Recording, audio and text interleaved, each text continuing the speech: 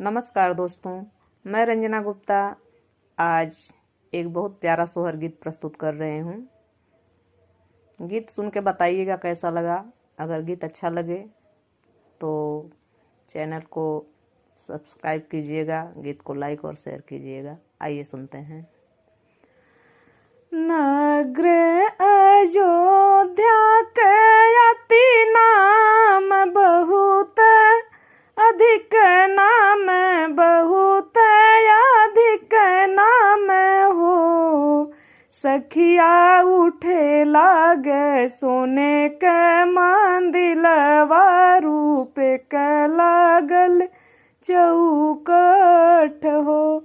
सखिया उठे लागल सोने के मंदिलवा, रूप के लागल चौकठ हो। उठे लागल सोने के मंदिलवा, रूप के लागल चौकठ, रूप के लागल चौकठ हो। सखिया जमने महलिया होरिल नाही, कमने रथ के न हो। सखिया जमने महलिया होरिल नाही, कमने रथ के न हो। मचिया ही बैठल कौशल्या रानी, सिंहासन राजा दशरथ, सिंहासन राजा दशरथ हो। हे राजा कैले ती दूसर विवाह, हमरे बहिन संगे हो। राजा कैले ती दूसर विवाह, हमरे बहिन संगे हो। कैले ले दूसरा विवाह, हमरे बहिन संग, हमरे बहिन संगे हो। ललना भइल अवधपुर में सोर, दूनों हो रानी बाजिन हो। सखिया भइल अवधपुर में सोर, दूनों रानी बाजिन हो। मचिया ही बैठल कौशल्या रानी, सिंहासन राजा दशरथ, सिंहासन राजा दशरथ हो। राजा कैले तीसरा विवाह, जहाँ मोर केहू नाही हो। राजा कैले तीसरा विवाह, जहाँ हमर केहू नाही हो।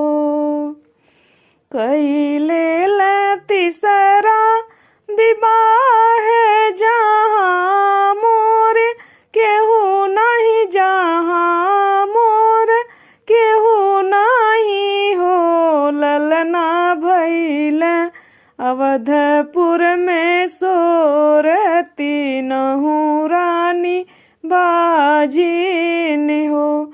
ललना भइल अवधपुर में सोरत, तीनों रानी बाजिन हो।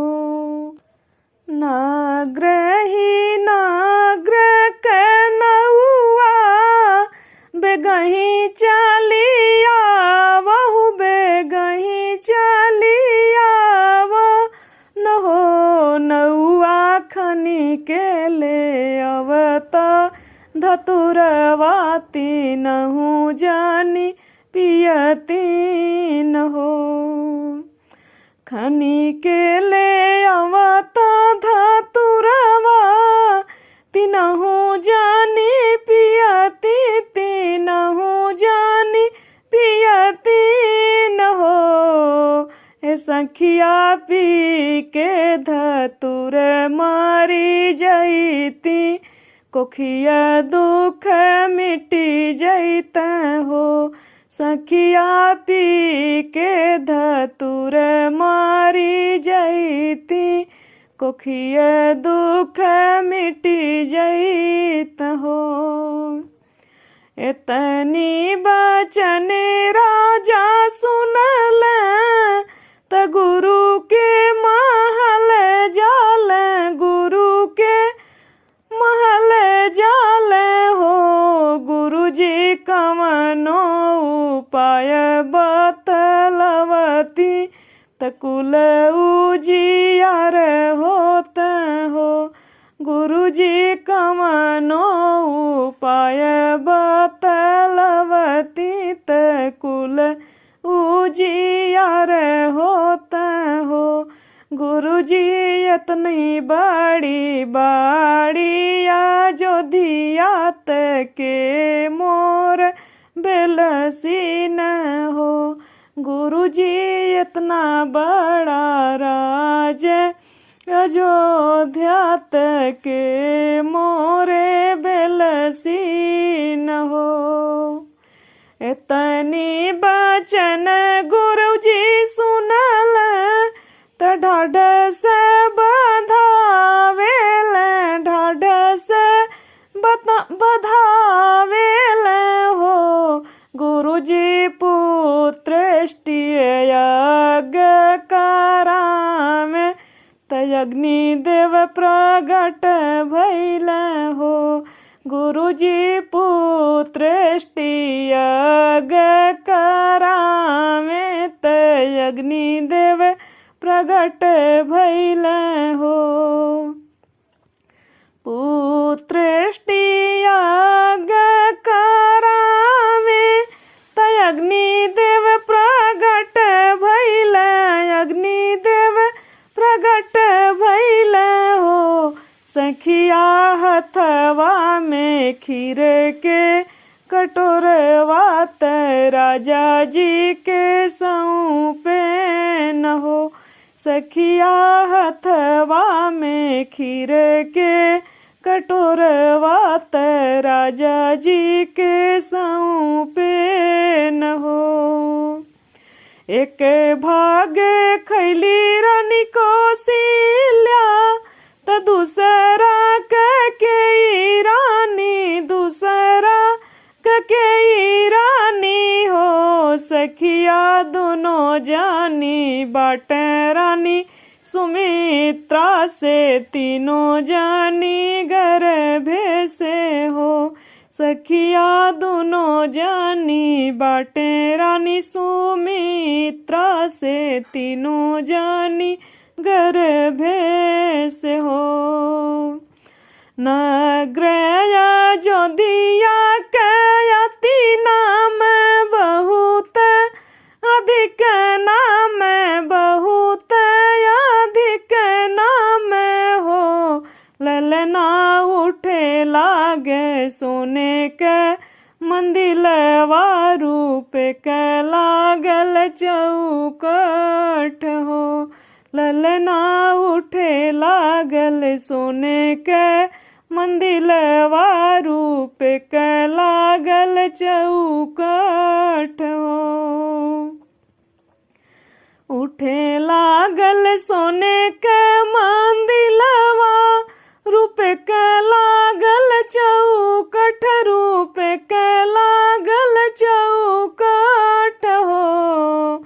सखिया महले में खेले लालनवा, त देखत सुहावन हो।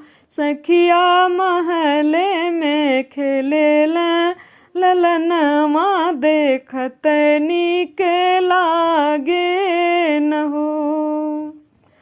कौशल्या के जन्म राम सुमित्रा के लक्ष्मण, सुमित्रा के लक्ष्मण हो।